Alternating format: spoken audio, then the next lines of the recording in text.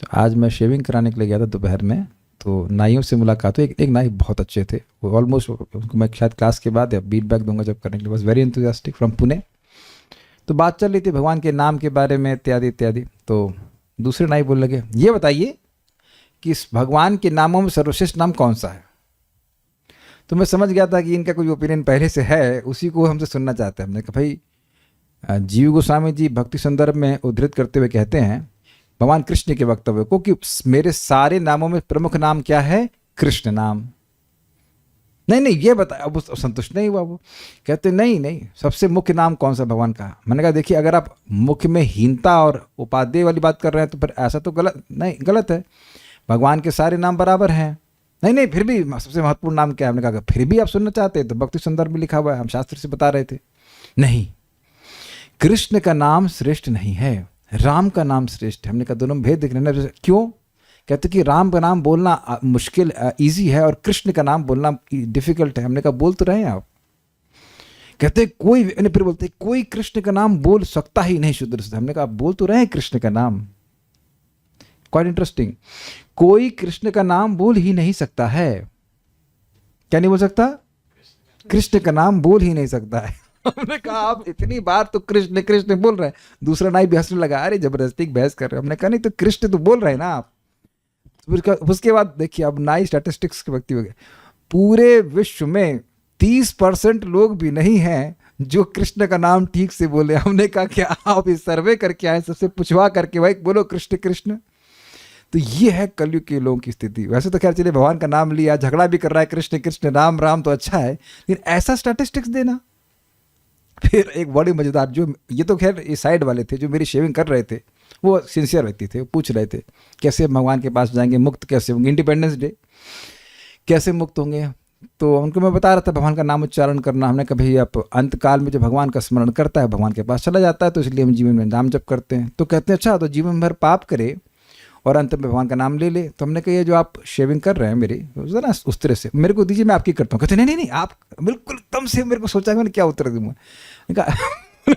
ऐसा करिए कि शेविंग का उस तरह मुझे दे दीजिए, मैं आपकी शेविंग करता हूँ अभी। कहते नहीं नहीं, आपको अभ्यास नहीं है।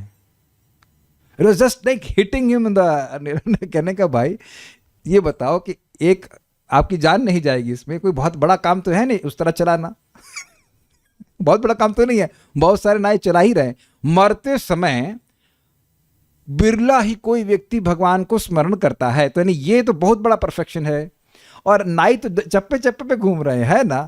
तो हमने कहा यहाँ आप इतना मतलब विश्वास ही नहीं कर रहे हो कि मैं इस अभ्यास को किए बिना, शेविंग का अभ्यास किए बिना उस तरह चला सकता हूँ। और आप सोच रहे हैं कि बिना अभ्यास किए, बिना अभ्यास किए आप भगवान का नाम कर लोगे। हमने कहा पता भी तो नहीं चलता लोगों को मरते समय करना क्या है। Anyhow, he was very much interested. सुबह 3 बजे उठ जाते हैं, वृंदावन में ही रहते हैं। So has faith on Vrindavan like that. मैंने कहा भाई लेकिन दिक्कत क्या है। मैंने कहा करते क्या 3 बजे? ऐसे ही कुछ कुछ भगवान का स्मरण करते हैं, गुजरते हैं। लोगों को पता ही नहीं कि 3 बजे उठ के करना क्या है। मैंने उनको बताया आप बिल्कुल इस्कॉन के पास रहते हैं। मैंने कहा आप जाइए इस्कॉन मंदिर में जाइए, मंगल आरती जाइए, लाइक दैट। वक्तुम समर्थोपि न वक्तु कश्चिद अहो जनानाम व्यसनाभिमुख्यम। महाराज कुलशेखर कहते हैं कि लोग बोल सकते हैं, अभी सामर्थ्य है बोलने का। जीव दिए हैं भगवान बोलने के लिए, मनुष्य का जीवन दिए, लेकिन नहीं बोलते हैं। तो कहेंगे ऐसा, तो ये इनका कितना बड़ा व्यसन है। तो कहेंगे ऐसा क्यों कहते हो? क्योंकि जो व्यक्ति भगवान का नाम इस जीवन में बोलता है या मरते समय बोलता है, तो मरते समय ऐसे तो बोलेगा नहीं जब तक जीवन में नहीं बोलेगा। तो भगवान उसको ऐसी गति देते हैं जिसके आगे जगत की हर वस्तु यानी ब्रह्मलोक भी लकड़ी और पत्थर के समान हो जाता है। Just see the good Fortune. चलिए, अब हम लोग ने पिछले श्लोकों में सुना, आज हम श्रीमद् भागवतम की 3रे स्कंद के 9वें अध्याय के 10वें श्लोक को पढ़ेंगे। और एक दिन में नहीं हो पाएगा, अगर आप अलाउ करेंगे तो 8:30 तक करके पूरा कर देंगे, जैसा आप चाहें, मतलब जैसा आपकी व्यवस्था हो। 8 बजे के बाद बिल्कुल कंपलसरी नहीं है, जो सुनना चाहे वो सुने, और जिसको और कुछ सेलिब्रेशन में जाना हो तो वहाँ जाए, कोई दिक्कत नहीं है। देखते कैसा क्या सब बनता है, क्योंकि एक्चुअली नहीं कर पाऊंगा शायद मैं एक दिन में, लेकिन बहुत ज़बरदस्त बात आ रही है। पिछले श्लोकों तक यही बात आ रही थी कि जो लोग भोगों में पड़े हुए हैं वह भाई इसी जगत में बार बार आते रहते हैं, मुक्त नहीं होते हैं। तो मान लो कोई कहे कि भाई जो अविवेकी हैं, जो अपने को देह मान रहे हैं, वो करें भक्ति, ये सब अज्ञानी है, ये लोग भक्ति करें। हम तो ज्ञान से युक्त हैं, हम तो विवेकी हैं, हम तो भोग में नहीं पड़ रहे हैं, तो हमें भक्ति करने की क्या ज़रूरत है? ये कथा वथा हमें क्या ज़रूरत है सुनने की? ये नाम जप करने की क्या ज़रूरत है? In case in point is Prakashananda Saraswati. Prakashananda Saraswati आपके बारे में आप जानते ही होंगे। वह काशी में एक सन्यासी थे और उनके 60,000 सन्यासी शिष्य थे, और वो दिन रात वेदांत सूत्र पढ़ते थे। वे इंद्रिय तृप्ति नहीं करते थे, लेकिन ना तो भगवान को भोग लगाना, ना भगवान का नाम उच्चारण करना, ना भगवान की कोई सेवा करना, ऐसा कुछ भी नहीं, बस वेदांत पढ़ते हैं। तो विवेक तो बहुत है, क्या आत्मा है क्या अनात्मा है इसका विवेक उनको है, इंद्रिय तृप्ति में नहीं लग रहे हैं।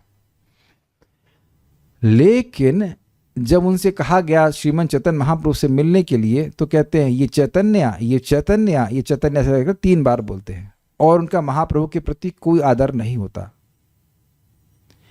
इस देह से भी अनासक्त और भगवान की कथा से भी अनासक्त, ये हैं ज्ञानी लोग। तो ऐसे लोग जो भले ही इस जगत से अनासक्त हों, लेकिन भगवान से विमुख रहते हैं, विमुख मतलब नॉट इंटरेस्टेड, भगवान की कथा से, भगवान की सेवा से जो विमुख रहते हैं, तो वह भी मुक्त नहीं होंगे। कुछ अगर आप विचार कर रहे हो तो कैमु तो दिख रहा है कि जो लोग इस जगत में अनासक्त हैं लेकिन भगवान से विमुख नहीं है, विमुख हैं, भगवान की कथा वथा नहीं सुनते, तो वह भी मुक्त नहीं हो सकते। तो जो विश्व में लगा है उनका तो कहना ही क्या। यह नहीं सोच लेना कि हम मतलब क्या कहते हैं, राख लपेट के घूम रहे थे उधर इधर से उधर, या 12 साल तक हाथ ऐसे खड़ा करके रखे हुए हैं, सोए नहीं हैं, तो हम मुक्त हो गए। ये अभिमान हो सकता है उस व्यक्ति का, और ये भ्रांति हो सकती है उस व्यक्ति के चेलों की। गुरुजी बहुत तपस्या कर रहे हैं, कपड़ा भी नहीं पहनते हैं, बाल शेविंग भी नहीं कराते, बाल उखाड़ लेते, या और कुछ भी तपस्या का हम धारणा कर सकते हैं। तो उनसे पूछो क्या भागवत को जानते हैं? भागवत किस चिड़िया का नाम होता है? गुरु जी से पूछो कि भागवत का पहला श्लोक क्या है? आखिरी वाला बता दें। अगर पहला नहीं, पहला वाला लंबा है तो आखिरी बता दें, नाम संकीर्तनम यस्य सर्व पाप प्रणाशनम। नहीं बोलेंगे, और नहीं बोलेंगे तो मुक्त नहीं होंगे। बहुत गंभीर बात बोली जा रही है यहाँ पे। आप कृष्ण भावना को के भक्तों को छोड़ दें अगर, तो बाकी सारे बड़े बड़े साधु सन्यासी घूम सकते हैं जिनका कृष्ण भावना से, कृष्ण भक्ति से, कृष्ण कथा से, नाम से, प्रसाद से कोई संबंध नहीं है, दूर दूर तक। और वो खूब तपस्या करते हैं, वो खूब तपस्या करेंगे, लेकिन भगवान के प्रति क्या भाव है? वो तो मनुष्य हैं, महापुरुष हैं, हम सम्मान करते हैं, अच्छे व्यक्ति थे, अब कहाँ? भगवान स्वर्गवासी हो गए, समथिंग ब्रह्मलीन हो गए, ब्रह्मलीन श्री कृष्ण। उनको पूरा ब्रह्मलीन नहीं, ब्रह्मणो प्रतिष्ठा श्री कृष्ण, जो ब्रह्म की प्रतिष्ठा है वह श्री कृष्ण। ऐसा कहाँ समझ रहे हैं? ऐसा सब लोग समझते हैं। आप लोग ना इसको बहुत हल्का लेते हो। आज मैं उस नाई को बताया, ऑब्वियसली जब मेरा वो यहाँ पे शेव कर रहा था तो मैं ज़्यादा बोल नहीं सकता था, नहीं तो मैं इस क्लास को देने में समर्थ नहीं हो पाता, गर्दन वर्दन छिल जाती। तो मैंने कहा वो कह रहा बताओ। हमने कहा पहले चला लो। तो कह रहे मुक्त कैसे होंगे? हमने कहा पहले आप हमारे बालों से हमको मुक्त, दाढ़ी से मुक्त कीजिए, फिर हम बताएंगे अभी आप खतरे वाले जोन में हैं। मैंने कहा जन्म कर्म च मे दिव्यम एवं यो वेति तत्वतः त्यक्त्वा देहं पुनर्जन्म नैति मामेति सो अर्जुन। ये सामान्य बात नहीं भक्तों की। आपको पता है कि ब्रह्म ज्योति के स्रोत भी श्री कृष्ण हैं। ये लोगों को नहीं पता है, ये असलियत लोगों को नहीं पता है। पता है? नहीं पता। तभी तो वो हल्ला कर रहे थे कि कृष्ण राम और ये सब भेद, और देख रहे तत्व का कितना बड़ा नुकसान है।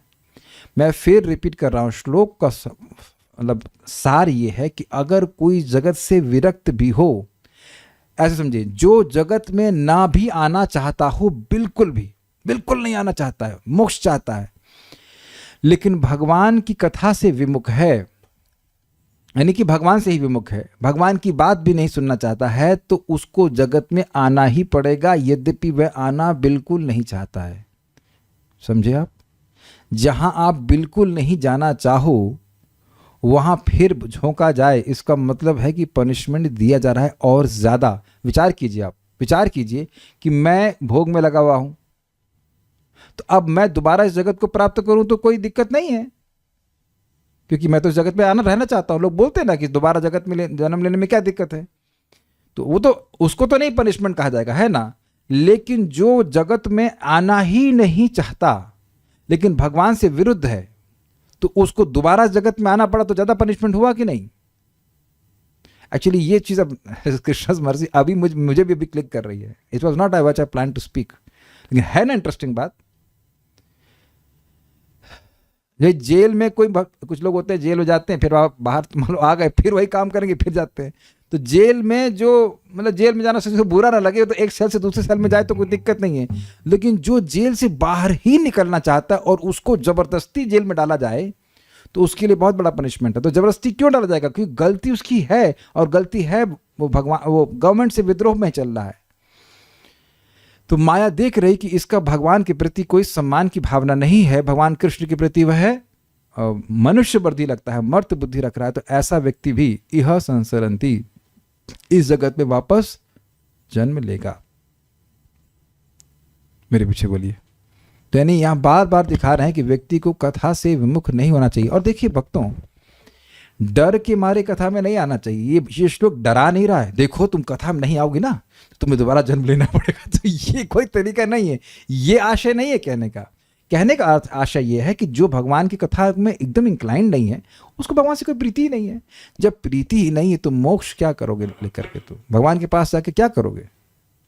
तो मेरे पीछे बोले, अहन्या प्रतार्थ करना निशिह निश्चयाना नाना मनोरथ धिया क्षण भग्न निद्रा। अहन्या प्रतार्थ करना निशिह निश्चयाना नाना मनोरथ धिया क्षण भग्न निद्रा। दैवा हथार्थ रचना ऋषयोपि देव युष्मत् प्रसंग विमुखा इह संसरन्ति। देवाहतार्थ रचना ऋषयोपि देवा युष्मत् प्रसंग विमुखा इह संसरन्ति। अहन्या प्रतार्थ करना निशिनिः शयाना नाना मनोरथ धिया क्षण भग्न निद्राः। अहन्या प्रतार्थ करना निशिनिः शयाना नाना मनोरथ धिया क्षण भग्न निद्रा। दैवा हथार्थ रचना ऋषयोपि देवा युष्मत् प्रसंग विमुखा इह संसरन्ति।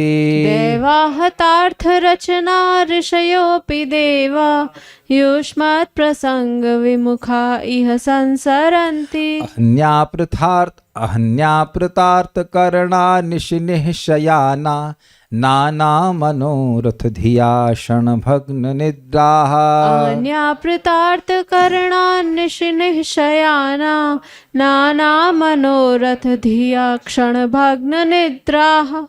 देवा हथार्थ रचना ऋषयोपि देवा युष्मत् प्रसंग विमुखा इह संसरन्ति। देवाहतार्थ रचना ऋषयोपि देवा युष्मत् प्रसंग विमुखा इह संसरन्ति। इससे पहले इस श्लोक में जाऊं, बहुत अच्छी बात आपको फिर से बताऊंगा। जब मैं शेव कराने गया तो एक ग्रीन टी शर्ट था, मतलब सोने वाली टी शर्ट थी, उसे पहन के गया और उस नाई ने बोला आपसे मिलके हमको बहुत अच्छा लग रहा है। I was just struck me. मैंने कहा ये यार काम करता है। अगर आप भगवान की बात किसी जीव को बताते हो और थोड़ा सुकृतिवान है, जो चाहे ग्रीन टी शर्ट में जाओ, चाहे गॉगल्स लगाओ, उसने लगाए थे, कुछ भी करो, लाल पीला नीला कुछ भी पहनो, उसको अच्छा लगेगा। आई वॉज जस्ट स्ट्रक, ऐसा लगता कृष्ण बोल रहे हैं उसके थ्रू। मैं एग्जैक्टली कृष्ण की बात बता रहा था, गीता से भागवत से बता रहा था। कह रहे आपकी बात आपसे मिले हमको बहुत अच्छा लग रहा है। मैंने क्या कर दिया, अब तो नॉर्मली नाई लोग बात करते हैं, मैं उससे नाई से बात कर रहा था। Krishna, you speak about Krishna. हर जीव कृष्ण का प्रेमी है। मैं उसको नाई के रूप में नहीं देख रहा था, मैं उसको देख रहा था कि ये भी कृष्ण के बारे में जानना चाहता है, ये कृष्ण का प्रेमी। इमीडिएटली आपका ना एटीट्यूड चेंज हो जाता है, और जैसे ही आप कृष्ण के बारे में बताएंगे उसको अच्छा लगेगा। तो ये कल्याण प्रभु कहते हैं कौन मिलेगा प्रीचिंग करने के लिए, जब जाओ मैं बता दूंगा, जाओ उसी क्या शेव कराने जाना, पैसे मैं आपको स्पॉन्सर कर दूंगा और आप जाकर उसे प्रीचिंग करना। मैं बस शक्ल दिखा दूंगा आपको। नाई को प्रीचिंग, नाई को नहीं, जी जा रहे देखो तारे कहो कृष्ण उपदेश। This is amazing. This amazing, this is really amazing. ऐसा कभी भी नहीं हुआ मुझे कि नाई पूछा हो कृष्ण के बारे में, वो इतना पीछे लग गया कि वो धीरे धीरे शेव कर रहा था कि पूछो इनसे, पूछो पूछो। Very very very nice person. उसने मेरा नंबर लिया। कहाँ कौन कस्टमर मिल जाए कृष्ण भावना के लिए, अमेजिंग है। अब आप बताइए, है ना कृष्ण कॉन्शियसनेस अमेजिंग कि आप दाढ़ी बनाते बनाते भी गीता पे बोल सकते हैं। मैं जब बैंक गया था कल, तो मैं बैंक में देख रहा था, मैंने कहा यहाँ तो कोई संभावना नहीं है कृष्ण के बारे में बात करने के लिए। क्या कोई सोच सकता है कि नाई की दुकान में गीता का प्रवचन चलेगा?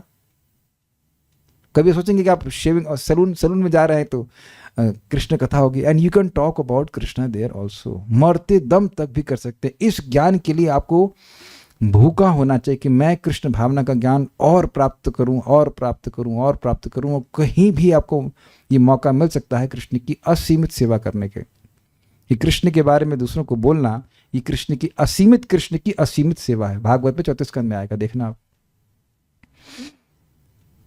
कितनी सुंदर बातें हैं। चलिए फिर से सुनते हैं। अहन्यापृतार्थ करना निशयाना नाना मनोरथ धिया क्षण भग्न निद्राः। अन्यापृतार्थ करणा निशयाना नाना मनोरथ धिया क्षण भग्न निद्रा। दैवाहतार्थ रचना ऋषयोऽपि देवा युष्मत् प्रसंग विमुखा इह संसरन्ति। दैवाहतार्थ रचना ऋषयोऽपि देवा युष्मत् प्रसंग विमुखा इह संसरन्ति। बोलिए। अन्यापृतार्थ करणा निशयाना नाना मनोरथ धिया क्षण भग्न निद्राः। अन्यापृतार्थ करणा निशयाना नाना मनोरथ धिया क्षण भग्न निद्राः। दैवाहतार्थ रचना ऋषयोऽपि देवा युष्मत् प्रसंग विमुखा इह संसरन्ति। दैवाहतार्थ रचना ऋषयोऽपि देवा युष्मत् प्रसंग विमुखा इह संसरन्ति। हमेशा मैं दूसरों का ही मजाक नहीं बनाता, आज अपना मजाक बनाता हूँ। सुबह क्लास हो रही थी, भक्त क्लास दे रहे थे, हमें देने का अनुभव है, लेने का अनुभव कम है। तो अब नींद आए, सुबह 3 बजे क्यों उठे हुए थे, नींद आ रही थी, तो हमने थोड़ा वीडियो, पहले तो बहुत पानी मारा, नहीं संभली नींद, तो हमने वीडियो ऑफ कर दिया, ऐसे टेबल पे रख के। इतना तेज सोए कि अगल बगल वाले भक्त बोल रहे थे कि अपने खराटे भी मारने लगे थे। तो अब आप समझ रहे जो वीडियो ऑफ कर रहे हैं वो क्या मस्ती कर रहे हैं। इसलिए जो वीडियो ऑन करने वाले उनको मेरी तरफ से प्रार्थना है, आपके लिए बहुत सारी प्रार्थना ठाकुर जी की। आप बड़े हम भी कैसे स्टूडेंट हैं, हम समझ गए। क्या करें, 3 बजे उठ रहे थे, नींद तो आ ही जाएगी ना भाई। एकदम पता भी नहीं, बैठे बैठे कराटे मार रहा था। तो बाद में मालूम चला, रिकॉर्ड में तो नहीं आया। तो अब आप समझ रहे हैं कि वीडियो ऑन करके सुनना, वो भी भागवत सुनना, कितना बड़ा पराक्रम की बात है। बड़ा व्यग्र होकर, व्यग्र होकर क्या, एकाग्र होकर कोई तो सुन पाता। ये है श्रोता की स्थिति। चलिए, बहुत अच्छा श्लोक है। पता है, भागवत को ऐसे सुनना चाहिए जैसे कि एकदम कोई हॉट ड्रिंक पीते ना, मतलब इन द सेंस की चुस्की ले ले करके, एक एक शब्द में बड़ा रस है। तो देखते हैं, ऐसे अभक्त गण अपनी इंद्रियों को अत्यंत कष्टप्रद तथा विस्तृत कार्यों में लगाते हैं और रात में उनिद्र रोग से पीड़ित होते हैं। इनसोम्निया हैं, क्या शेर इतना गिर गया? उनको ठीक से नींद नहीं आती क्योंकि उनकी बुद्धि विविध मानसिक चिंताओं के कारण उनकी नींद को लगातार भंग करती रहती है। आपको कभी अनुभव हुआ है पैसे कैसे आएंगे उसकी चिंता का? ओहो, ये नहीं समझ आ रहा। अच्छा, कौन सा एग्जाम्पल दूं मैं? जो लोग कमाने में लगे हैं वो जानते हैं, अगर इन्वेस्ट किया है या ये किया है, वहाँ 1000 तरह के टंटे होते हैं, तो उसमें चिंता लगी। अच्छा लग रहा है कि चिंता इधर से कर रहे, तो भगवान सोच रहे हैं अरे भाई ये बड़ी चिंता कर रहा है, इसका पैसा बढ़ा दो। ऐसा तो होता नहीं है। आप देखो कि लक्ष्मीपति भगवान नारायण की स्मरण करने से कभी क्लेश नहीं होता, लेकिन लक्ष्मी जी का स्मरण करने से हमेशा परेशानी होती है। वैसे काफी इंटरेस्टिंग है, भगवान को बार बार कूटस्थ, अचल, एक रस कहा गया और लक्ष्मी जी को चंचला कहा गया। ये सबसे बड़ी टेंशन लोगों को होती है। एक व्यक्ति बता रहे थे उनके जीजा जी की उतना दवाई का खर्च है, समथिंग 50,000 रुपए पर डे और समथिंग। पर डे बोल रहा हूँ मैं, काफ़ी सुखी है। महाराज बता रहे थे, कुछ लोग कहते हैं कि महाराज परम पूज्य राधा गोविंद महाराज एक व्यक्ति का वक्तव्य कह रहे थे कि वो अहंकार में कह रहे, अरे तुम हमसे क्या बोल रहे हो भाई, जितना हमारी मतलब दवाई का खर्चा है उतना, तुम्हारी जितनी सैलरी नहीं उतना हमारा दवाई का बिल है, तो क्या ये बहुत उपादेय बात है, बड़ा अच्छी बात है। इसका मतलब है कि आप महारोगी हैं, लेकिन अपने रोग में भी व्यक्ति अहंकार की भावना करता है। वे अति मानवीय शक्ति द्वारा अपनी विविध योजनाओं में हताश कर दी जाते हैं। ये समझे, वो बनाते हैं कि 5 वर्षीय योजना, लेकिन माया कहती अच्छा, उसको ध्वस्त करती है। कैसे? जैसे कि आप देख सकते हैं बहुत बड़े बड़े ओवर ब्रिज बनाए जाते हैं और वो गिर जाते हैं। ऐसे जहाज बनाए जाते हैं जिसे कहा जाता है कि गॉड भी उनको डुबो नहीं सकता। वहाँ कहते हैं अच्छा जरा खेलते हैं, देखते हैं कि, जानते हैं टाइटैनिक को बनाया गया था, even god can not make sink this ship. अच्छा लेट मी ट्राई, भगवान ने कहा मैं ट्राई करता हूँ, पहली ही यात्रा में वह गिर गया। अच्छा चलिए विचार कीजिए, इस जगत में लोग कुछ महान कार्य करने का प्रयास करते हैं, कुछ बिल्डिंग बनाते हैं, कुछ करते हैं, उसका उद्देश्य क्या है? भगवान से विमुख चलना। तो अच्छा वही काम फिर से ना, अच्छा इधर आओ, मम्मी लोग पिटाई करती नहीं, इधर आओ, फिर चाटा मारती। तो उसी प्रकार से माया उस प्लान को ध्वस्त करती है। अब हम नाम ले रहे हैं, युद्ध हो रहा है इजराइल में और उनके बीच में, तो मैं ऑब्जर्व कर रहा था कि पैलेस्टीन में कितने बड़ी बड़ी बिल्डिंग बनाई गई, बड़े बड़े अस्पताल, बड़े बड़े बिल्डिंग, और कहीं किसी भी देश में बनाते हैं तो एक व्यक्ति ने बनाया या कुछ लोगों ने मिल करके बनाए, काफ़ी लोगों ने मिल के बनाया, दूसरे व्यक्ति ने आके बम गिरा दी। तो आप कहेंगे युद्ध हो रहा है, लेकिन ये सब माया के एजेंट हैं। इतरतर सुना था आपने शब्द, एक दूसरे से लड़ मर के वो एक व्यक्ति बनाता है, दूसरा व्यक्ति फोड़ देता है, एक व्यक्ति बनाता है, दूसरा व्यक्ति फोड़ देता है। ध्वस्त हो रहा है ना। आप लोग इससे ऐसे रिलेट कर पाएंगे, आप जिन्होंने अपने घर खुद से बनाए हैं वो जानते हैं कि एक घर बनाने में कितना परिश्रम होता है, और तोड़ने में ऊपर से एक बम गिरा खत्म, कितना दुख लगे जरा बताइए। भाई मेरे पास तो पैसे हैं नहीं बनाने के, तो मैं समझ सकता हूं कि बनाना, उसको इकट्ठा करना, पैसा इकट्ठा करना, उसको कंस्ट्रक्शन करना बड़ा परिश्रम होता ही है, इज इट नॉट? और फिर एकदम से खत्म कर दे। तो ये देख रहे हैं किस प्रकार से ध्वस्त करती जा रही है व्यक्ति लोगों की, इंडिविजुअली और कलेक्टिवली। मुझे याद है सन 2017 में बाली में एक वो आया था वॉल्केनो, क्या कहते हैं, इरप्शन। तो किलोमीटर में वो क्या कहते हैं, लावा और वो धूल पूरा भर जाती है। हमने आंखों से देखा, हमारे मित्र थे सुदामा प्रभु, गौशाला में दिखा रहे, देखो हमारे पिताजी के घर के पास में सब volcano. Can you imagine this volcano? आपके घर के पूरा क्या कहते हैं उसको, लावा और वो भी ऐश भर रही। क्या कर सकता है व्यक्ति? यही कह सकता है कि बस इवैक्यूएट कर दीजिए यहाँ से, बस, और तो कुछ नहीं कर सकते ना। So like that. या जितने बड़े बड़े अस्पताल बना जा रहे हैं, फिर नए नए रोग आ जा रहे हैं। यहां तक कि बड़े बड़े ऋषि मुनि यदि आपकी दिव्य कथाओं से विमुख रहते हैं तो वे भी इस भौतिक जगत में ही चक्कर लगाते रहते हैं। यहां तक कि मतलब इनमें दोनों प्रकार के लोगों का वर्णन हो गया कि भौतिकतावादी लोग हैं वह तो परेशान होते ही हैं, लेकिन जो ऋषि मुनि हैं, जो अपने इंद्रियों को संयम करने का प्रयास कर रहे हैं, जगत से अनासक्त हैं, वह भी जगत में बंधे ही रहते हैं, वह मुक्त होते नहीं। उनका माला बाकी है क्या? अच्छा ठीक है, लाइट ऑन कर लीजिए, पंखा चला लीजिएगा।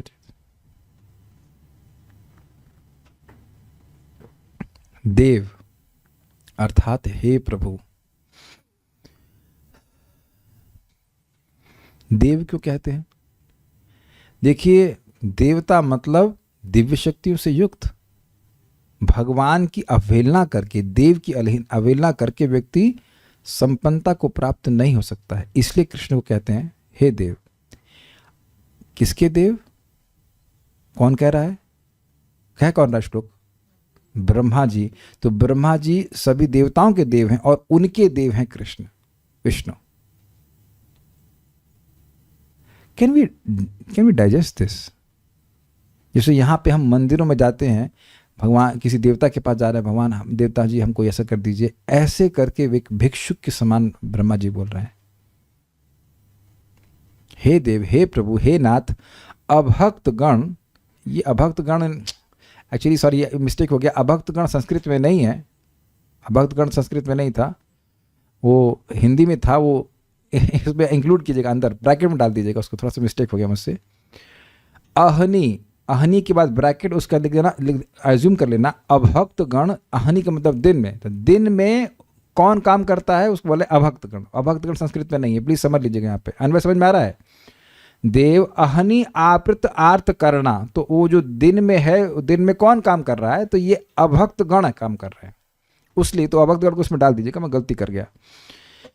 अहनी, दिन में अभक्त गण, आपृत आर्त करनाह, अपनी इंद्रियों को भगवान से अलग कष्टप्रद कार्यों में संलग्न करते हैं। थोड़ा समझिए इसका मतलब। आपृत का मतलब होता है व्यस्त, आर्त समझते हैं दुख, और करण मतलब, करण मतलब करण, देखिए क्या लिखा है, इसीलिए मैं जो मैं बोल रहा हूं उसके साथ साथ आपको सुनना पड़ेगा। मैंने कर्ण नहीं कहा, करण कहा। देख रहे हैं, आधा और रा और उसमें आधा और थोड़ा सप्लाई कर दीजिए, अंतर हो जाएगा। करण कहा जा रहा है, उपकरण, इंस्ट्रूमेंट, यानी कि सारी इंद्रियां, हाथ, पांव, आंख, नाक, कान, ये सारे करण कहा जाते हैं। आर्त करण क्यों कह रहे हैं फिर? भागवत के हर श्लोक पे आप एक बच्चे की तरह नहीं देखते इसको। मैं लिटरली अपने को छोटे बच्चे की तरह मान रहा हूं। मैं नई नई वोकैबुलरी सीख रहा हूं। ये कभी आप ये शब्द सुने आज तक? कभी उपकरण सुने है ना, और बहुत सारे और करण सुन सकते, अंतःकरण सुने, लेकिन आर्तकरण सुने कभी? जो दुखप्रद हैं इंद्रियां वह है, ये ही संस्पर्श जा भोगा, दुख यो नय एवते आद्यंतवंत कौंत्या न ते शूरमते बुधा। भगवद गीता में भगवान स्पष्ट कहते हैं कि जो इंद्रियों का संपर्क विषयों से होता है वही दुख की योनि है।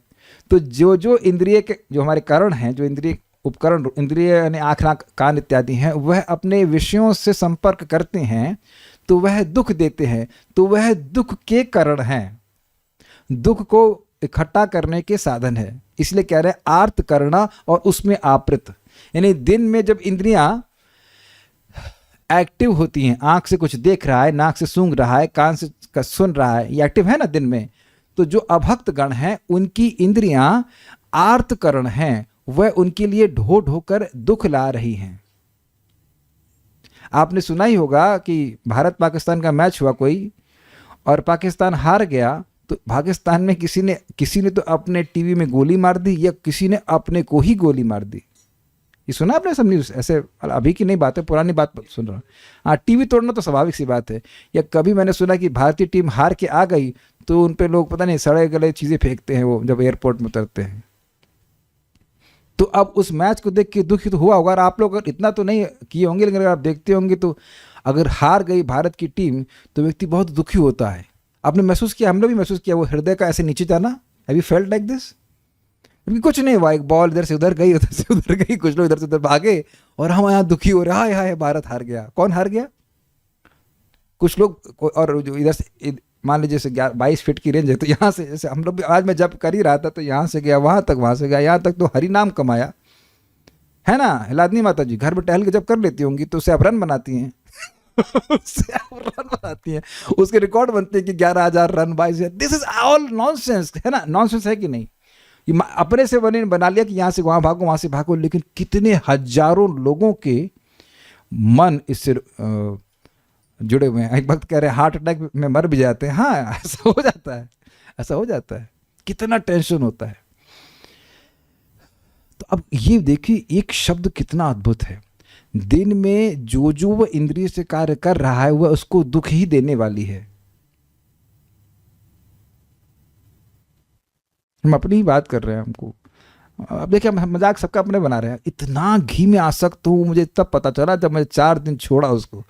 आज मेरा माइंड रिवोल्ट कर रहा था, नहीं भैया खा के मर जाओ, लेकिन बिना खाए नहीं मर सकते। तब हमने कहा कि मैं आज तक ये सोचता रहा कि ये जीव मुझे सुख दे रही है, how much it does not want to listen to me. फिर बोला ठीक है कुछ भी करो थोड़ा तो दो. So it was not giving me happiness, it was giving me misery. आप कभी देखना कोई जब चीनी खाते हैं अच्छा रहता है, जब नहीं खाने को मिलता है तब देखिए कैसे रिवोल्ट करता है इंद्रियां. समझ रहे ना बात? बहुत टफ है, बहुत टफ है. आप्रत आर्त करना. और अद्भुत बात यह है कि जो दुख दे रहा है उसमें आप्रत, उसमें व्यस्त है, यानी कि दुख इकट्ठा करने में व्यस्त. आप देख लेना कि किसी भागवत क्लास में आप दुखी नहीं हुए. कोई दुखी, एटलीस्ट क्लास में दुखी नहीं होता, क्लास के बाद जरूर शुरू होता होगा. हमको बहुत अमेजिंग लग रहा है. अहनी आप्रत आर्त करना, ये समझ गए सब लोग? तो देर में जो अभक्त गण है वह अपनी इंद्रियों को वहीं लगाएंगे जहां से उनको दुख मिलने वाला है. अच्छा, रात में तो चैन मिलता होगा, तो कहते नहीं, निशी तथा रात्र में नाना मनोरथ धिया. मनोरथ स्पष्ट समझ आ रहा है? मन के रथ इधर से जा रहा है उधर, उधर से जा रहा है इधर. दिन भर सपना देख रहे हैं कि बिजनेस बढ़ा, तो रात में भी अरे भैया शेयर का मार्केट गिर गया. ऐसे हल्ला करता होगा. हम लोग इतना टेंशन नहीं लेते हैं, लेकिन ऐसे सपने आ जाते होंगे लोग. दिया मतलब बुद्धि, उसके द्वारा स्वप्न दर्शन आदि विविध मनोरथों द्वारा उनकी बुद्धि क्षण भग्न निद्रा, क्षण क्षण में उनकी निद्रा भंग करके. अब आप कहेंगे इसका लिंक क्या है? देखिए, निद्रा भोजन है बुद्धि का. अगर निद्रा ठीक से नहीं होगी तो बुद्धि ठीक से कार्य नहीं करती. इसका आप चाहे तो एक्सपेरिमेंट कर सकते हैं. जैसे आप एग्ज़ाम देने जाएं और अब सोए नहीं ठीक से तो काम नहीं करती. मेरा एक्सपेरिमेंट है, किया हुआ हूँ. मुझे था इस मामले में हम थोड़ा सा काइंड ऑफ पहले मतलब ब्रह्मभूत अवस्था में थे. एग्जाम में नंबर कितने हैं कोई खास फर्क नहीं पड़ता. तो जो भी पढ़ के चले, हमको व्यक्ति बोले थे कि खूब सो के जाना. ठीक है, हमने गुरुजी की आज्ञा मानी. कौन बोले थे याद नहीं आ रहा, लेकिन बोले खूब सो के जाना. ठीक है, सो के गए. हमारे सीनियर थे, उनका नाम शक्ल याद आ रही है, नाम भूल गया. पूरी रात नाइट आउट किए वो. अगले दिन उनकी बुद्धि चलना बंद, फेल हो गए, फेल ही हो गए. कुछ याद ही आना बंद हो गया. तो ये आप देखेंगे कि नींद आती है तो बुद्धि ठीक से नहीं कार्य करती. जैसे मैंने देखा हूँ किसी दिन मान लो मुझे रेस्ट नहीं मिला, मैं दिन में रेस्ट करता ही हूँ, ये बुद्धि के कार्य हैं, तो मैं क्लास में ठीक से फोकस नहीं कर पाता. मैं आज भी मैं 3:30 बजे तक नहीं सो पाया था, तो फिर मैं थोड़ा रेस्ट किया, तब मैं ठीक से क्लास दे पा रहा हूँ. आप लोग का अनुभव होगा कि जब एकदम नींद नहीं पूरी होती तो क्लास अच्छे से समझ में आती है ना. एक बार भूरीजन प्रभु क्लास दे रहे थे भगवत गीता की. उस दिन मैं बहुत थका था, उनकी क्लास अच्छी लगती तो वहाँ गया, तो गया क्या, सो ही गया. ऐसे करके पूरे टाइम क्लास सुन रहे हैं. बाद में प्रभु बोले I think you are very tired. इतना ही बोले बस. Looks like you are very tired. डांटे नहीं वो, लेकिन कुछ याद ही नहीं कि क्या बोले. तो ये मैं इसलिए बोल रहा हूं कि बुद्धि का निद्रा से संबंध है. अच्छा, इससे पहले हम आगे जाएं, आप लोग कोई इसे यूट्यूब पे रिकॉर्ड नहीं हो रहा है, आप वहाँ पे नहीं जाए, घबराना मत. आपने कभी ऐसा अनुभव किया है कि बुद्धि में एक टेंशन है कि इसमें क्या होगा? केवल पैसे की टेंशन नहीं, जो कुछ भी क्या होगा, कैसे होगा, तो थके होने के बाद भी नींद नहीं आती. Please raise hands if it has happened to you ever. 1 2 3 है ना, 4 5 आपका बात है. ठीक है, इधर है. अरे ये तो छोटे छोटे बच्चे भी परेशान है. Oh very nice. अभी तो आधी उम्र भी नहीं, तो अभी तो शुरू भी नहीं हुआ. तो काफ़ी लोग हैं. आप देख सकते हैं कि बुद्धि में अगर टेंशन है, ये कैसे करें, ये क्या होगा, ये क्या होगा, तो नींद क्षण क्षण में डिस्टर्ब होती. नींद आती ही नहीं ठीक से. नींद तभी आएगी जब निश्चिंत आप शांति से सोएंगे. इसलिए कथा में आ जाए करिए, कथा से नींद आना शुरू होती है और रात में एकदम बढ़िया से पूरी होते हैं, शांत हो गए. शोक मोह और भय, इस पे बात याद आती है. एक भक्त से पूछा गया हाँ, कि कथा में आप क्यों सोते हैं? तो उन्होंने कहा देखो भाई, अगर कोई कांटे की बिस्तर पे सोया हो तो नींद आएगी उसको? नहीं. तो दिन भर तो व्यक्ति सब टेंशन में रहता है, तो वो कांटे की बिस्तर की तरह तो नहीं सो पाता है.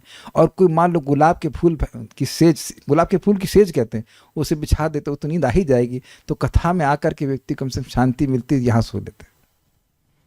और एक्चुअली ये एक बात यही महाराज राधा गोविंद महाराज कह रहे थे कि वाकई कोई व्यक्ति बोला, उनको महाराज डांटे कि आप कथा में आते ही सो जाते. कहते हैं महाराज और जगह तो टेंशन लेती, कम से कम यहाँ टेंशन से फ्री है थोड़ा, तो नींद आ जाती है. This is so miserable. क्षण क्षण भग्न, हर क्षण में उनकी निद्रा भग्न होती रहती, मतलब नींद ठीक से नहीं आती.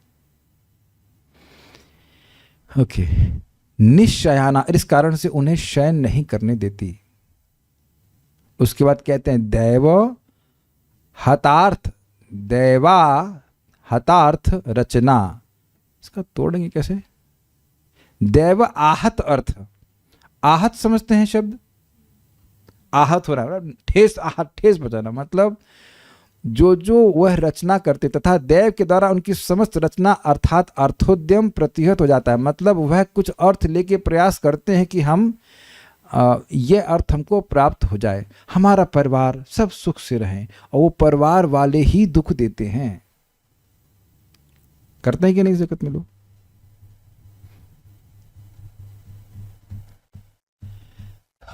दैव प्लस आहत प्लस अर्थ प्लस रचना, जिस अर्थ की रचना वो करते हैं, हमारा एक इंस्टीट्यूशन बनेगा, वह देव के द्वारा, भगवान की इच्छा के द्वारा या प्रकृति के द्वारा, भौतिक प्रकृति के द्वारा वह नष्ट कर दिया जाता है।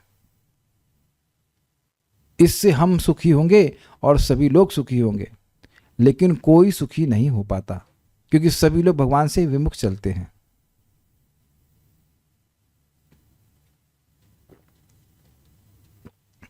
महाराज समझाते हैं कि कुछ चोरों ने मिल करके डकैती करी, और जब बांटने की बात आई तो कहे देखो भाई ईमानदारी से बांटना। तो तुम अब चोरों की ईमानदारी, तो महाराज कह रहे थे कि भाई अब पुलिस जब उनको पकड़ेगी तो कहेगा आओ ईमानदारों तुमको हम ठीक करते हैं। सारे चोर हैं लेकिन आपस में ईमानदारी करना चाहते हैं। तो सभी लोग भगवान की प्रॉपर्टी को दबक लिए हैं, कोई स्वीकार नहीं कर रहा है कि कृष्ण भगवान हैं, ये भगवान हैं भी। तो ऐसे लोगों की सारी अर्थ रचना डिस्टर्ब होती है, एक दूसरे को ही मार करके वे खत्म हो जाते हैं। वो एक दूसरे को निमित्त बना जाता है, तुम इसको मारो तुम उसको मारो, लड़ लड़ के खत्म हो जाता है सारा कुछ। तो यह तो हो गए भौतिकतावादी। और ऋषिः अपि, जो वर्णन आपने अब तक सुना कि ये ऋषियों के वर्णन है। ऋषियों के वर्णन ऐसे नहीं है कि वो अपनी इंद्रियों को ऐसी जगह लगाएं या दुख दे, ये तो इंद्रिय तृप्ति करने वालों के बारे में वर्णन हो रहा है। अब ऋषिः अपि जैसे कह दिया तो यहां कैमुत्य लगा दिया जाएगा।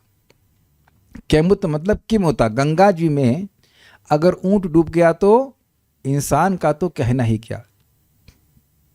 तो कहते हैं ऋषिः अपि तथा ऋषिगण भी यदि युष्मत् प्रसंग विमुखा, आपके श्रवण कीर्तन रूपी प्रसंग से विरत हैं, मतलब युष्मत् मतलब आपके, प्रसंग मतलब प्रकृष्ट संग, भक्तों का संग जिसमें भगवान की कथा कीर्तन होता है, उससे विमुख है। अरे क्या कीर्तन करना है, अरे क्या वो कथा सुने, ये सब बोले कि कृष्ण भगवान है, हमें सुनना, ऐसा करके भावना अगर रहती है, यह तो इस जगत में संसरंती यानी कि गमनागमन, जाना और आना लगा रहेगा, अर्थात वे बंधते जाते हैं। तो ये कैमुत्य मैं दिखा पा रहा हूं आप लोगों को। जब ऋषियों की ऐसा हाल है जो अपनी इंद्रियों को संयमित किए हुए हैं लेकिन भगवान की सेवा में नहीं लग रहे हैं, श्रवण कीर्तन नहीं कर रहे हैं, या भगवान की कोई भी सेवा, कुछ तो सेवा करिए, कुछ तो भगवान के प्रति आदर बुद्धि हो। तो ऐसे लोग भी जब दोबारा जन्म लेते हैं तो उन लोगों का कहना ही क्या, जो लगातार दिन में भी दुख प्राप्त कर रहे हैं और रात में भी दुख प्राप्त कर रहे हैं इंद्रिय तृप्ति के लिए। बहुत अच्छा श्लोक है। एग्जैक्टली मायावाद के बारे में बोला जा रहा है। अच्छा एक चीज बताइए, आप लोग का किसी मनुष्य के प्रति कितनी आदर बुद्धि है? मैं वैष्णव के रूप में नहीं बोल रहा हूं। इस जगत में कोई भी महान लीडर है, एक सामान्य व्यक्ति है, और महान हो सकता है अपने प्रभाव की दृष्टि से, कोई लीडर हो या कुछ। जैसे अब्राहम लिंकन के प्रति क्या आपकी बुद्धि है? जॉन एफ कैनेडी जो मर गए, मैं जो मरे लोग हैं उनकी बात कर रहा हूँ। मैं नाम बोल रहा हूँ तो बहुत से लोग तो जानते भी नहीं होंगे उनको है कि नहीं? या और भी भाभा थे ना वो, होमी भाभा, और भी लोग का नाम, आप मैं नाम क्या कहाँ तक रखूँ, बट पॉइंट इज दैट कि बहुत सारे they are exalted in sense, कुछ हद तक वह श्रेष्ठ है, महान है भौतिकतावादी दृष्टि से, लेकिन अब वो कहाँ है? हु केयर्स अ डैम से कहना चाहिए। लेकिन क्या ऐसी ही बुद्धि हमारी भगवान के प्रति है? नहीं, क्योंकि आप उन्हें भगवान के रूप में स्वीकार कर रहे हो। लेकिन जैसे ही आप या किसी व्यक्ति ने कृष्ण भगवान को मनुष्य माना तो उसकी कैसी बुद्धि हो जाएगी, जैसे आपकी इन साइंटिस्ट, इन व्हाटएवर अल्बर्ट आइंस्टाइन और यानी कि ऐसी किसी भी मनुष्य के प्रति है। क्योंकि आप शायद नहीं, आप लोग भगवान के भक्त हैं, भगवान को स्वीकार करते हैं, तो शायद ये समझ नहीं पा रहे हैं कि वो किस प्रकार से भगवान का अपराध करते हैं। अब तो क्लियर हो गया ना। 2 महीने में भूल, 2 महीने में 2-3 दिन में ही लोग भूल जाते हैं। हमने देखा था, हमारे दादाजी की मृत्यु हुई थी तो गंगा, कानपुर में गंगा जी के तट पर जलाने लगे, जला के आए, उसका सब पूड़ी और आलू की सब्जी और अचार सब खाया जा रहा है। वहीं उधर चिता बुझी भी नहीं है। अरे भैया बड़ी भूख लग रही है। और ऐसे देखा जाता है कि मरण जब भूख के आते हैं उसके बाद बहुत भूख लगती है, पता नहीं ऐसा क्यों होता है। ऐसा मैंने सुना है कि वो प्रेत देखता रहता है कि देखो सब खा रहे हैं और मुझे कुछ नहीं दे रहे। I have no idea, this only speculation. लेकिन हमने सुना ऐसा कि उसको वैराग्य हो जाए कि देखो सब मुझको फूंक के आए, खुद खा रहे हैं और मुझे कुछ नहीं देते, अब तो मैं इनसे विमुख हो जाऊं। लेकिन ये केवल सुनी सुनाई बात है, हम शास्त्र का कोई बच्चा नहीं है, सब विनोद के लिए कहते हैं। लेकिन पॉइंट बहुत सिंपल है। पॉइंट इज दैट कि जो लोग कृष्ण को, भगवान कृष्ण को मनुष्य मान रहे हैं, वह भगवान के प्रति सम्मान वैसे ही नहीं करेंगे जैसे इस जगत के बड़े बड़े मनुष्यों के प्रति लोग सम्मान करते नहीं हैं। और उससे कुछ फर्क भी नहीं पड़ता। मान लीजिए आप में से कुछ लोग अल्बर्ट आइंस्टीन को नहीं जानते, हाइजेनबर्ग को कितने लोग जानते हैं यहाँ उपस्थित भक्तों में? कल्याण प्रभु जानते हैं, और मुकुंद सेवनी, सुमेध प्रभु, शशिकांत प्रभु आप भी जानते हैं। ओह या मे भी आप केमिस्ट्री में एक्सपर्ट होंगे। ओके। और जो बाकी लोग, शैली शुक्ला माता जी, आप क्या साइंस पढ़ी हुई हैं? You also know? Oh that's very surprising. अच्छा, आप लोगों का जीवन धन्य हो गया, आप हाइजेनबर्ग को जानते हैं। अब समझ में आ गया।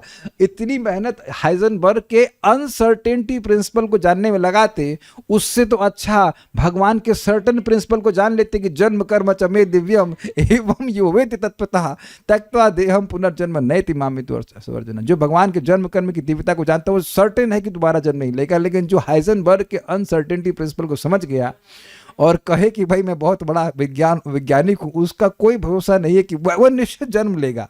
और तो जिसने पढ़ लिया उसका पश्चाताप यही है कि आप हरे कृष्णा कृष्णा कृष्णा हरे हरे, हरे राम राम राम हरे हरे। तो ठीक है, माफ कर दो उसको, कोई बात नहीं। प्रायश्चित कह जब क्यों कर रहे हैं भैया, हमने बड़े पाप किए। क्या पाप किया?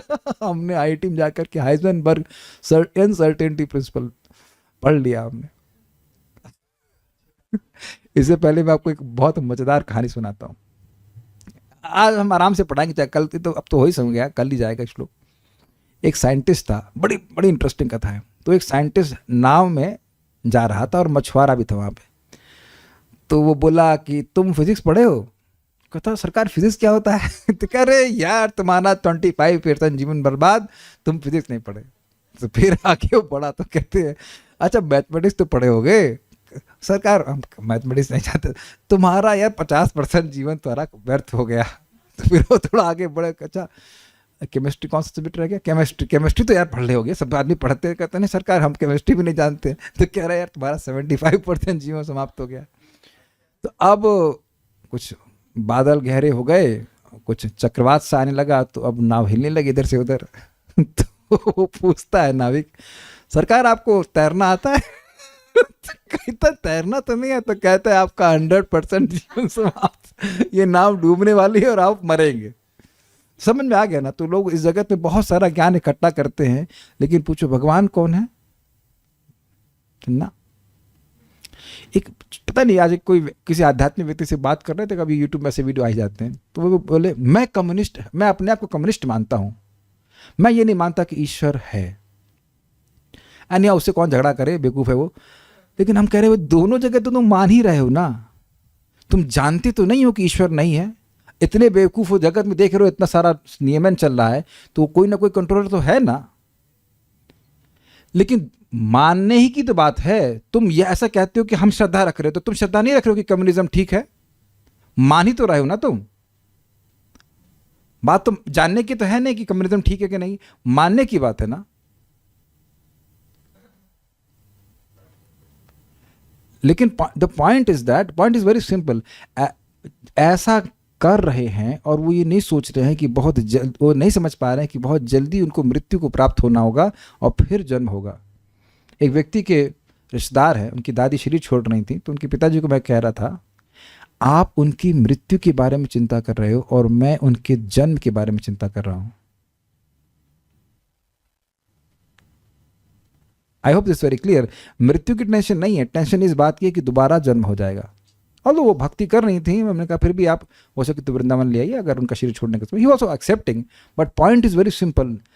What is it? जन्म कर्म च में दिव्यम एवं यो वेति तत्वता त्यक्त्वा देहम। तो देह त्यागने को प्रॉब्लम बताया भगवान ने? नहीं। त्यक्ता देहम पुनर्जन्म नए इति न इति। दोबारा जन्म नहीं लेगा, तो दोबारा जन्म लेना प्रॉब्लम है, वह समझना चाहिए। और वो तभी होगा जब हम कृष्ण के शरणागत होंगे। अहन्या प्रतार्थ करना निशिह निश्चयाना। अहनी दिन में, आप्रत आर्त करना, वह अब दुख देने वाले इंद्रियों के कार्यों में अपने को व्यस्त रखते हैं। ये लाना है, वो लाना है, ये करना है, वो करना है, इसी टेंशन में लगे रहते हैं। और रात में भी चैन नहीं पड़ता, निशिनिह शयाना। हाँ, मैं एक और बात अपने जीवन से बताता हूँ। मैं एक बार कानपुर से मथुरा आ रहा था। तो एक व्यक्ति आया और सामने बैठा, वो बहुत दबंग सा था, मतलब कुछ गन मन लेके चल रहे थे साथ में लोग उसके। तो मैं से देख रहा था उसको, तो बिल्कुल ऐसे लोग बोल रहा था, दबंग ही दिखाते कि बहुत हीरो है, ये है वो फ्रेंड। तो फिर मैं, हाँ बॉडीगार्ड भी थे, तो मैं चुपचाप से बात कर रहा, थोड़ी बात करने लगा भगवान के बारे में। फिर मैं देखा कि वो गोली निकाल रहे हैं। गोली मतलब बंदूक की गोली नहीं, नींद की गोली। तो मैंने कहा, आप इतने समर्थ हैं तो नींद नींद नहीं आती आपको? इतने समर्थ हैं आप, इतने शक्तिशाली हैं। हमने कहा ऐसा करिए, एक इस गोली को 2 मिनट बाद खाना, जब करो मेरे संग। थोड़ी देर उसने जब किया तो उसको नींद आना चालू हो गया। हमने कहा, तो फालतू पैसा बर्बाद कर रहे हैं। I was just dam surprise कि कुछ नहीं था। जब जैसे उसने कुछ माला भी नहीं था, उसके बाद ऐसे जब करना शुरू किया, नींद आना चालू हो गया उसको। हमने कहा फालतू पैसा खराब कर रहे हो, यानी इतना खूब पैसा है, सब कुछ है, लेकिन व्यक्ति नींद नहीं प्राप्त कर रहा है, क्योंकि जिस तरह से वो धन कमाने में लगा हुआ है, उसको केवल टेंशन लगी हुई है।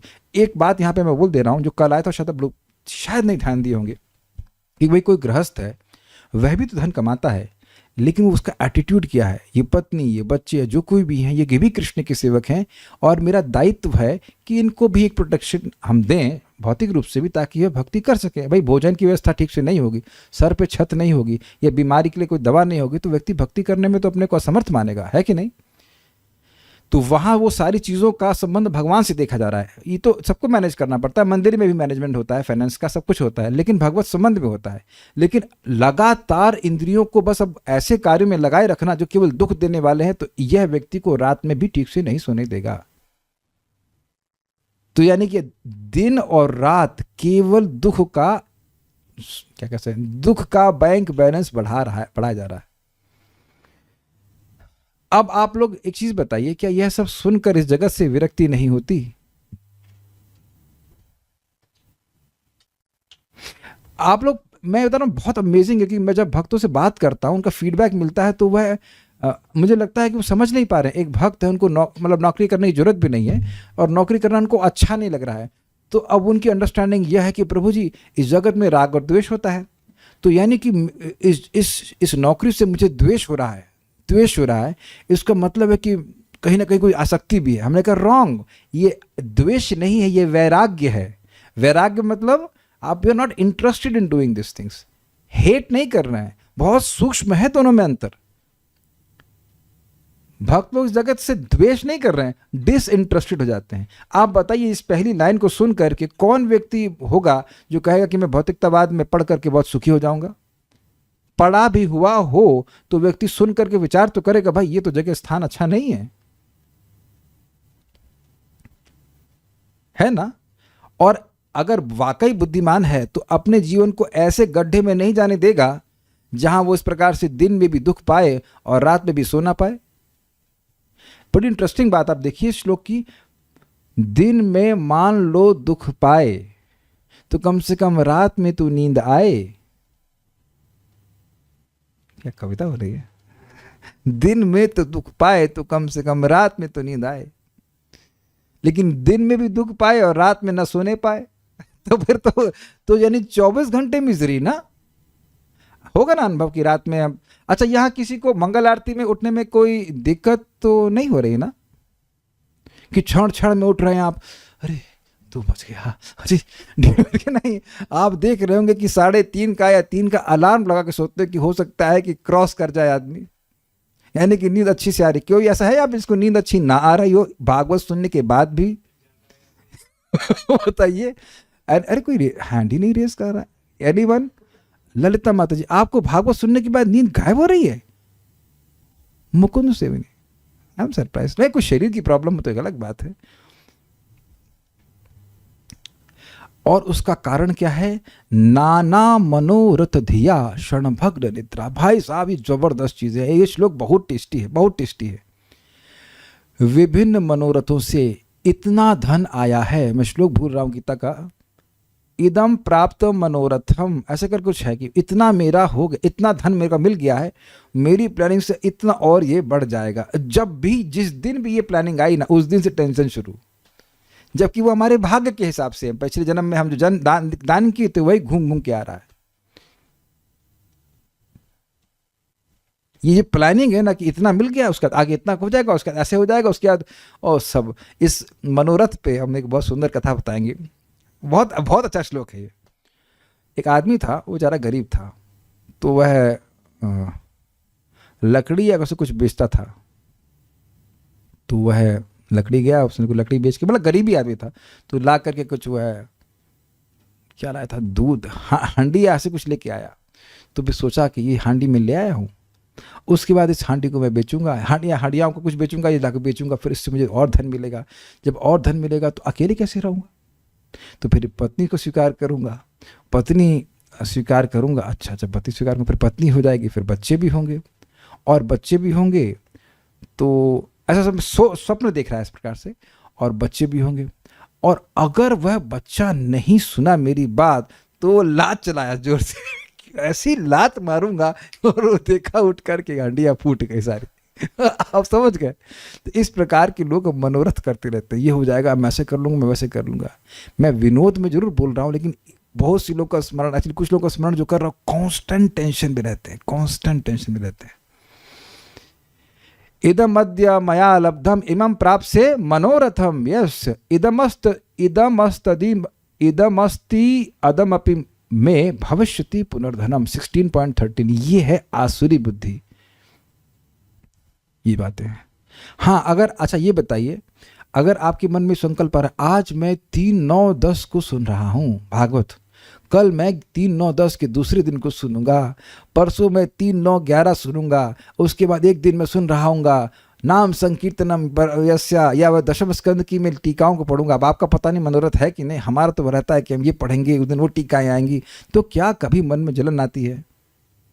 कभी नहीं आएगी। भगवान के लिए जो मनोरथ किए जाते हैं वो मनोरथ करना ही बहुत बड़ी बात है। जैसे कि अक्रूर जी जब आ रहे थे मथुरा से भगवान को मिलने के लिए, लाने के लिए, तो अनेक अनेक मनोरथ कर रहे हैं, और उस मनोरथ में आनंद है।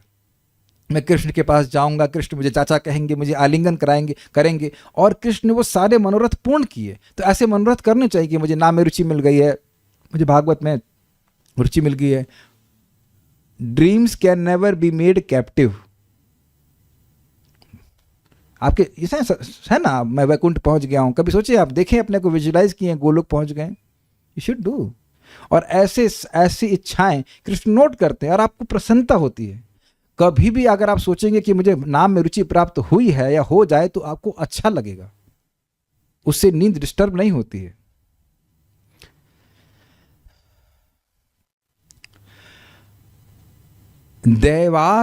दैवाहतार्थ रचना, यानी कि दैव के द्वारा उनकी रचना, अर्थ रचना, कि भाई ये प्राप्त हो जाएगा, वो प्राप्त हो जाएगा, वह सब नष्ट कर दिए जाते हैं।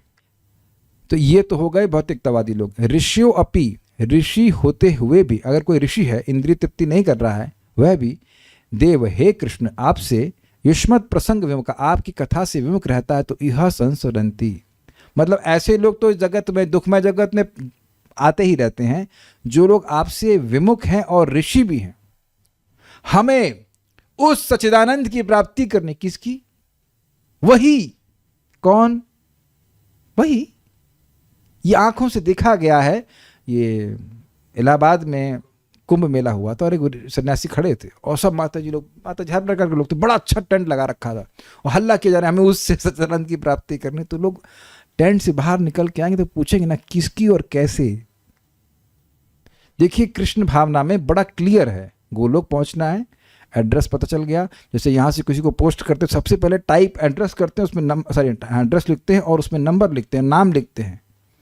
तो हम लोग को सब कुछ पता है किसके पास जा रहा है हमारा लेटर, भगवान श्री कृष्ण राधा रानी के पास। और नंबर क्या है, हरे कृष्णा कृष्णा कृष्ण हरे हरे, हरे राम राम राम हरे हरे। इसमें कोई भी नंबर, कोई भी अक्षर, कोई सिलेबल छोड़ना मत। नहीं तो मान लीजिए नहीं मिला तो अरे वहां से कांटेक्ट तो कर ले। Make sense, this things are very very simple and clear. लेकिन जब भगवान को ही गायब करेंगे तो फिर भगवान का धाम तो नहीं मिल सकता ना। बहुत अच्छा श्लोक है। समय तो पूरा ही हो गया, देखता हूँ श्रीधर स्वामी की टीका तो पढ़ ही लेता हूँ। यद्यपि यहाँ समय लगाया, श्रीधर स्वामी की टीका तो समझ में आ जाएगी। यदि कहें कि अज्ञानी जीव तो संसार चक्र में पड़कर कष्ट भोगते हैं, किंतु जो विवेकी जीव हैं वे तो मुक्त हैं ही, वह तो भोग नहीं करेंगे। उन लोगों को भक्ति करने की कौन सी आवश्यकता है। इस पर ब्रह्मा जी कहते हैं कि जो ऋषिजन भी आपकी कथा के श्रवण तथा कीर्तन आदि से परांग मुख रहते हैं, मतलब विमुख रहते हैं, उसमें इंटरेस्टेड नहीं रहते हैं, वे भी संसार चक्र में फंसते रहते हैं। दिन में अनेक प्रकार के व्यापारों को करते रहने के कारण वे विक्षिप्त चित्त रहते हैं। अब इन्होंने कैसे लिया है कि वह ऋषि हैं, इंद्रिय तृप्ति नहीं कर रहे हैं, लेकिन जिन कार्यों को कर रहे हैं उससे सुख नहीं मिल रहा है। अब इसको इस एंगल से देख पा रहे हैं श्लोक को। ऋषि हैं, खूब तपस्या कर रहे हैं, लेकिन उनको दुख ही मिल रहा है। अब गर्मी हो गई और गर्मी में सब तरफ जो है वो मतलब अग्नि जला के बैठे हुए हैं, तो दुख मिल रहा है कि नहीं। या बारिश है तो बारिश में भीग रहे हैं, तो उस दृष्टि से भी देखें तो केवल कष्ट प्राप्त कर रहे हैं। और ये करना है, ये यहाँ आयोजन करना है, वो आयोजन करना है। ऋषि हैं बहुत बड़े, लेकिन भगवान से विमुख, कथा में नहीं आएंगे। जैसे फॉर एग्जाम्पल ये भागवत का ही प्रसंग है, शौनक आदि ऋषि ने क्या कहा था याद है आपको, कि धूम्र इस यज्ञ को कर रहे हैं, इससे हमारे केवल मुंह काले हुए। बड़ा खराब शब्द है ना ये, खराब मुंह काले, मतलब doing something which makes a person shameful. अपाय यदि गोविंद पाद पद्मासवम मधु। लेकिन हे सुखदेव गोस्वामी, आप आ गए हो, आप हमें कृष्ण के चरण कमलों से निकलने वाले आसव समझते हैं, जैसे अर्क उस अमृत रूपी अर्क का साधन करा रहे। मतलब हम लोग अब इसमें बिल्कुल भी इंटरेस्टेड नहीं है। ये श्लोक में जो बोला गया है, मैं भूल रहा हूँ कहाँ, प्रथम स्कंद में बोले क्या श्लोक है पूरा याद नहीं आ रहा, लेकिन वहां पे सुखदेव गोस्वामी का आशय ये था कि आप अपना यज्ञ तो पूरा कर लीजिए, फिर कथा कहते ना, इस यज्ञ को करके केवल चेहरा काला हुआ है और इससे फल की भी कोई निश्चितता नहीं है। लेकिन आप तो इतनी सुंदर कथा करा रहे हो, वो कथा ही फल है। कथा से क्या मिलेगा वो मतलब नहीं है, कथा ही फल है।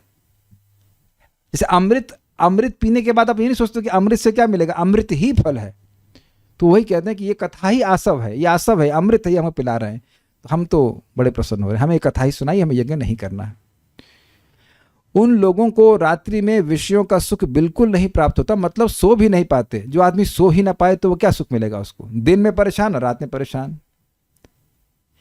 वे रात्रि में अचेत सोए रहते हैं और स्वप्न देखने के कारण उनकी नींद बार बार खुलती रहती है। मतलब सो जाते हैं लेकिन फिर कोई सपना आता है कि बिजनेस डूब गया या कुछ हो गया, तो फिर नींद उनकी खुल जाती है। दैववशात उनके सारे प्रयास विहित भी होते रहते हैं। मतलब जो अपनी समस्या, जो अपने इनके प्रयास हैं कि भाई ऐसा करके हम सुखी हो जाएंगे, वह पूर्ण भी नहीं होते। क्या ऐसा कोई एग्जाम्पल है क्या? अरे एग्जाम्पल तो असुरों का ही है। अमृत मंथन हुआ, दोनों पार्टियों ने मेहनत करी, लेकिन असुरों को एक बूंद भी नहीं मिला एक्सेप्ट राहु एंड केतु। राहु केतु धोखे से लिए थे, भगवान अलाउ किए थे ऐसा करने के लिए ताकि अमृत के प्रभाव को दिखाया जा सके। अन्यथा भगवान को पता था कि राहु केतु बैठे हैं। ये सब कथा आप आगे सुन लेंगे। बाकी किसी को कुछ नहीं मिला, दोनों तरफ बराबर प्रयास, लेकिन देवताओं को भगवान खूब अमृत पिलाए और असुरों को बिल्कुल नहीं दिए। ये कथा आप जानते हैं, मैं तो पूरा रेफरेंस नहीं समझा सकता, लेकिन पॉइंट क्या था, भगवान से विद्रोह था असुरों का, और भक्त लोग भगवान की शरण में थे। एक ही प्रयास है, बहुत बड़ी शिक्षा है, बहुत बड़ी शिक्षा है। दिन में हम पढ़ लिए थे, हाँ, व्यर्थ होते रहते हैं। तो उनको खूब प्रयास किया, उनका सारा प्रयास विफल हो गया। सार अर्थ दर्शनी को हम कल पढ़ेंगे, यहाँ रुकते हैं। तो आप लोगों को कुछ तो इस श्लोक में प्रवेश मिल गया है, बाकी हम लोग कल सुनने का प्रयास करेंगे। कोई प्रश्न तो मेरे ख्याल से है नहीं, सो विल स्टॉप हियर। हाँ, माइक में पूछिए कुछ। तो चलिए मैं, हाँ, पहुँचा जाएगा। ऋषि, अब आप तो, अच्छा, ऋषि कौन से ऋषि, ऋषि कौन से श्लोक के अंदर नहीं आ रहे? हाँ, 9.30, देखिए क्या तरीका है श्लोक पूछने का। अच्छा, तो 9.29 में देख लेना। ये कोई तरीका है प्रश्न पूछने का? ये तरीका है प्रश्न करने का। 2.5 में देखना कि 9.30 में क्या लिखा हुआ है, ये कोई तरीका? ये इस तरह से कोई समझ में आए किसी को? तो इनका कहने का मतलब है कि क्या ये ऋषिगण उस श्लोक के अनुसार आते हैं कि अपि चेत सुदुराचारो? बताओ, ये प्रश्न आप सोच के कर भी रहे हो कि नहीं कर रहे हो? आप बिल्कुल प्रश्न सोच के नहीं कर रहे हो, ऐसे ही बस मार दे रहे हो। श्लोक जरा बताइए, 9.30 बताइए। अपि चेत सुदुराचारो भजते माम अनन्य भाग साधुरेव समंतव्य सम्यक व्यवस्थित सह। ये इस कक्षा में ये प्रश्न आप कर रहे हो, ये बिल्कुल बना के प्रश्न कर रहे हैं। अब ये श्लोक में क्या वर्णन हो रहा है? जो भगवान से विमुख हैं वह परेशान होते हैं। और ये 9.30 में क्या उस व्यक्ति का वर्णन है जो भगवान से विमुख है? कदाचित से कोई मतलब नहीं है, वो लगा है भगवान की सेवा में, और उसको भगवान कह रहे हैं साधु एरे व समंतव्य, जो साधु ही है वो वह दुख पाएगा। तो देखिए, आप प्रश्न कर रहे हैं ठीक है, लेकिन आप प्रश्न विचार करके नहीं किए। विचार करके किए, बताइए। ठीक है, मैं आपको डांट नहीं रहा हूं, लेकिन आप विचार कीजिए, उस श्लोक को थोड़ा समझिए कि वह भगवान, देखिए समझने का, दिस इज वेरी अमेजिंग। हम सभी लोग इसी में हैं, ये आप समझने का प्रयास कीजिए। कुछ न कुछ दुराचार है, लेकिन भगवान ठाकुर जी की ऐसी कृपा है कि भक्ति रोज ही करनी है, भक्ति रोज ही करनी है। आप लोग प्लीज अपने भाग्य को समझिए। अरे आपको भी डांट ही रहा हूँ वैसे तो, है ना, गुस्सा हो रहा हूँ, लेकिन अपने भाग्य को समझने का प्रयास कीजिए। कृष्ण ठाकुर जी की स्पेशली भागवत की ऐसी कृपा है कि कल के लिए कोई ऑप्शन नहीं है। आप देख रहे हैं आज के मैं नाम नहीं रख रहा हूँ कि क्या है दिन, आज के दिन से कोई फर्क नहीं पड़ता। Every day is Krishna day, Krishna day, Madhav day, Sankarshan day, whatever day, Govind day, every day is Krishna day. There is no other day, and it doesn't excite us also which day it is, except it is tomorrow is Ekadashi. कल एकादशी है, वो एक अलग बात है, एकादशी है, जन्माष्टमी है, वो एक्साइटिंग है, लेकिन बाकी कौन सा डे लोग सेलिब्रेट कर रहे हैं? और उनसे पूछो कि इस सेलिब्रेशन से उनको मिल क्या रहा है। ऐसा कोई सोच रहा है? भारत में कोई सोच रहा है इस तरह से कि इस प्रकार के आज डे है, इससे हमें क्या मिला या हमें क्या मिल जाएगा? तो ये सब भागवत का आशीर्वाद है कि भक्त को भगवान में निष्ठ कर रहे हैं। तो ऐसे भक्तों में कुछ गलती हो भी जाए तो वो सर्कमस्टेंशियल है, भगवान सब उसको नष्ट करते। तो वह लोग तो स्वाभाविक सी बात है, इसमें नहीं आ रहे। क्या प्रभुपाद की books except Bhagavad Gita and Bhagavatam? तबीयत खराब हो पढ़ सकते हैं। अगर तबीयत खराब हो तो पुस्तक पढ़ सकते हैं। अरे तबीयत खराब है तभी तो पढ़ रहे हैं। आप लोग किसकी तबीयत ठीक है? कौन स्वस्थ है इधर? सब तो हॉस्पिटल में है ना, इस्कॉन तो हॉस्पिटल है ना। तो अस्पताल में तो कौन सा दिन है जब दवा ना खानी हो? सब लोग तो मौत से बचने की दवा खा रहे हैं ना। सभी को जानलेवा बीमारी है ना विद्या की। पता नहीं, हमको समझ नहीं आया प्रश्न आपका। भागवत पढ़ने में कोई सूतक नहीं लगता, किसी भी प्रकार का, जन्म लेने का, मरने का। कोई शांत हो जाए तो आप शांत मत होना। हरे कृष्णा कृष्णा कृष्णा हरे हरे, हरे राम राम राम हरे हरे। क्योंकि किसी के शांत होने के बाद भी लोग शांत नहीं होते हैं। अरे भैया वो क्या, वो स्टॉक्स का क्या मार्केट है, सब बोलते रहते हैं, बस खाली बंद करो तो केवल हरे कृष्णा बंद करो। क्या ये बेवकूफ़ी है? और बीच में आप मर गए तब, अरे भैया वो 15, जब उनकी 13वीं पूरी हो जाएगी उसके बाद हम हरे कृष्णा बोल सकते हैं। ऐसा बोलेंगे आप? मेरी बात समझे। मान लो मेरे पिताजी की मृत्यु हो गई, अब उनकी 13वीं हुई नहीं और मेरी मृत्यु का समय आ गया तब। और ये हुआ है हमारे लखनऊ वाले जिस घर में मैं रहता था, तो उसके सामने पिताजी मरे 91 साल की उम्र में, और जैसे उनको देह संस्कार करके आए 55 साल का लड़का मर गया। हुआ है सामने। तो बताइए, वो लड़का कहता अरे हमारे पिताजी तो मरे थे, तो हम कैसे भैया अब नाम जप करें? तो मरो जा करके। तो एक व्यक्ति थे, वो अपने सास ससुर का एक्सीडेंट हुआ, देखने जा रहे थे, लो रास्ते में उन्हीं का एक्सीडेंट हो गया। तब तो अपना ठिकाना है कि हम शांत हो जाएं? नहीं, भगवान कह रहे हैं चुप मत बैठ, बोल सततम कीर्तयन्तु माम, कीर्तनीय सदा हरि, हरे कृष्णा कृष्ण कृष्ण हरे हरे, हरे राम राम। वहां पर नींद आ रही, तो खाईते सुईते, अरे भूख लग रही तो खाईते सुईते यथा तथा नाम लो। भाइयों बहनों माता जी, चाहे चल के चाहे बैठ के बोलिए हरे कृष्णा कृष्णा कृष्ण हरे हरे, हरे राम राम राम हरे हरे। तो पूछे क्यों करते हो? आज हमारी इंडिपेंडेंस डे है इसलिए हम सेलिब्रेशन कर रहे हैं। Is it not? जो कथम अपि सकृदातम मुक्तिदम प्राणी नाम यत। समझ गए ना बात? तो कह रहे अशुद्ध अवस्था में कर सकते हो, हम तो अशुद्ध अवस्था में ही करते, उठते साथ नाम जप करने लगते, हरे कृष्णा हरे कृष्णा हरे कृष्णा हरे कृष्णा। महाप्रभु जा रहे, भगवान है लेकिन लीला में कर रहे हैं कि वो वॉशरूम जाते, वहाँ वॉशरूम नहीं था, वो वॉश ग्राउंड कह लीजिए, जो भी था उस ओपन में जाते थे। तो कोई वो उनका जीभ लगातार नाम बोलती, तो कोई व्यक्ति बोला, वो अपनी जीभ को पकड़े हुए थे, तो उनकी जीभ बोल रही थी लगातार। तो कोई व्यक्ति बोला, अरे गोपाल नाम का लड़का बोला, ये क्या करते हो? कह रहे हैं कि मैं अभी लेटरिन जा रहा हूँ और पता नहीं मेरी जीभ लगातार बोलती ही रहती, ऐसे अपवित्र स्थान में मैं नाम बोलूँगा तो अच्छा नहीं है। तो कहते अच्छा वहाँ मृत्यु आ गई तो महाप्रभु ने कहा तुम बच्चा नहीं हो, तुम मेरे गुरु हो, तो आज से तुम्हारा नाम होगा गोपाल गुरु। तो वो अपना हाथ हटा दिए और नाम बोलने लगे। तो प्रश्न आएगा तो क्या महाराज कहते हैं अब हर समय अगर कर रहा है तो बाथरूम में करे तो भी कोई दिक्कत नहीं है, लेकिन अब हर जगह नहीं हो रहा और बाथरूम में ही चालू है तो वह भी, मतलब ऐसा नहीं कह सकते कि ठीक है गलत है, ऐसा नहीं कहा जा रहा। ऑब्वियसली हम माला को नहीं ले सकते। अब माला को भी लेके गए हैं, कौन लेके गया है? भक्ति तीर्थ महाराज, वो रशिया में प्रचार करते थे और आप जानते हैं रशियन का कलर अफ्रीकन से बिल्कुल अलग होगा ना, इजीली डिस्टिंग्विशेबल, कुछ कलर मैच नहीं कर सकते ना, ऐसे नहीं कि मिल जाए, ऐसे कुछ भी नहीं लगेगा। तो पता है वो ट्रेन में कहाँ जब करते थे? टॉयलेट में जाके। लोग आश्चर्यचकित हो जाते थे, ये डोर 2 घंटे से क्यों नहीं खुल रहा है। भक्ति तीर्थ महाराज का हम एग्जाम्पल आप ले रहे हैं, ऐसे ऐसे लोगों ने जब किया है। और आप अगर नहीं आपके पास समय हो तो कभी पढ़ना उसको, सॉरी समय हो तो पढ़ना, सॉल्टेड ब्रेड के माला बनाकर जेल के अंदर जब किया। जेल में कौन सा पवित्र, आप लोगों को पता नहीं है, जेल में जो बाथरूम होता है वो ओपन नहीं होता है, सॉरी क्लोज नहीं होता है। वहीं कहीं मुझे कैसे पता, मैं एक बार लॉकअप में गया था तो मैं देखा था, वहीं ओपन रहता, वहीं पे आप लैट्रिन करो, कुछ करो, जो भी कुछ करो। मुझे लगता है सब जगह यही रूल फॉलो करते होंगे। वहीं पे इसी प्रकार से व्यवस्था हो रहती है। वहाँ वहीं पे पद्मासन लगाकर भक्त शरीर छोड़ा है मुस्कुराते हुए। तो आप ये क्या कहते हो, अब पवित्र और अपवित्र? महाप्रभु सिंपल कह रहे हैं सबाए समय बोलो, बस यही एक नियम है कि हर समय बोलते रहो। आप कहें लॉकअप क्यों में, अरे भाई भक्ति की पहले की बात है, लाइसेंस के बिना गाड़ी चला रहे थे, कोई मर्डर नहीं किया था, तो 1 घंटे के लिए देखा था आपने, ताकि आपको क्लास में बता सकूं इस प्रकार से, समझे? हर चीज़ का प्रयोजन होता है।